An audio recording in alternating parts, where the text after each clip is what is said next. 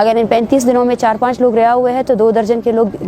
پھر اغوا بھی ہوئے ہیں، جبری گمشدہ بھی ہوئے ہیں، اور آج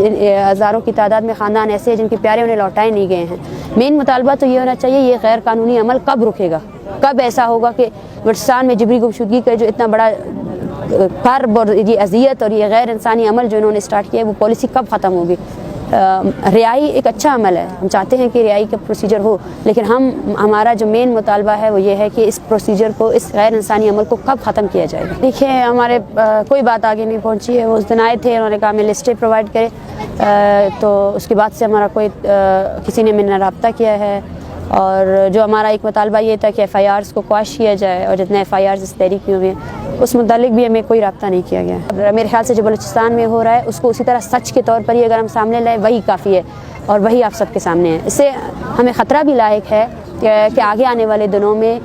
شاید یہاں پہ ایک ایسا ماحول کریٹ کیا جائے، اور جو مظاہرین یہاں بیٹھے ہیں، جو عورتیں اور بچے، ان کو ہراسگی کا جو ایک عمل ہے وہ اسی طرح جاری رہے گا۔ جب ہم کوئٹہ میں تھے تب بھی روڈز بلاک کرنے کا مقصد یہ تھا کہ وہ ہمیں وائلنس پر اکسائیں اور ہماری جو اتنی بڑی تحریک ہے اس کو ختم کر سکے، سبوتاج کر سکے۔ لیکن اس کے دوران، اس تحریک کے دوران جو کچھ ہوا وہ اس دنیا کے لیے ایک واضح ثبوت ہے۔ شاید بلوچستان کے کسی قصبے میں جہاں پہ ریاستی جبر ہو رہا ہے وہاں میڈیا نہیں ہے، وہاں کوئی لا نہیں ہے، وہاں پولیس بھی ان سب چیزوں کو فیسیلیٹیٹ کرتی ہے، سارے ادارے فیسیلیٹیٹ کرتے ہیں، تو وہ چیز سامنے نہیں آتی ہے۔ لیکن اس تحریک کے دوران جس طرح اس پیسفل تحریک کو، جو جبری گمشدگی اور ایکسٹرا جوڈیشل کلنگز کے خلاف تھی، جس طرح ان لوگوں کو ٹارگٹ کیا گیا جو اس کا حصہ بنے، اور جس طرح ان پارٹیسپینٹس کو مارا گیا، تو یہ سب کچھ ایک واضح ثبوت ہے کہ ریاست اختیار ہی نہیں رکھتی ہے، اور ریاست کے ایک ادارے نہیں بلکہ تمام ادارے اس چیز کو فیسیلیٹیٹ کر رہے ہیں، اور اس چیز کو باقاعدہ طور پر ایک پالیسی کی بنیاد پر آگے لے جا رہے ہیں۔ کسی بھی مطالبات پر اس طرح ڈسکشن ہوا ہی نہیں ہے،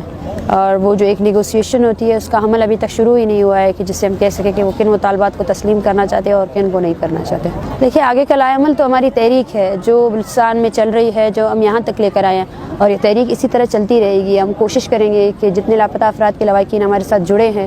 ہم ان کو اسی طرح اس تحریک کا حصہ بنائیں، اور ہر جگہ سے جو یہ واقعات ہو رہے ہیں ان سب خاندانوں کو ایک ساتھ کر سکے، اور خاص کر اپنی عوام کو، بلوچ عوام کو، پشتون عوام کو، ان سب کو یہ آگاہی دے سکے کہ وہ اس جبر اور نسل کشی کے خلاف متحد ہو کر جدوجہد کا حصہ بنے۔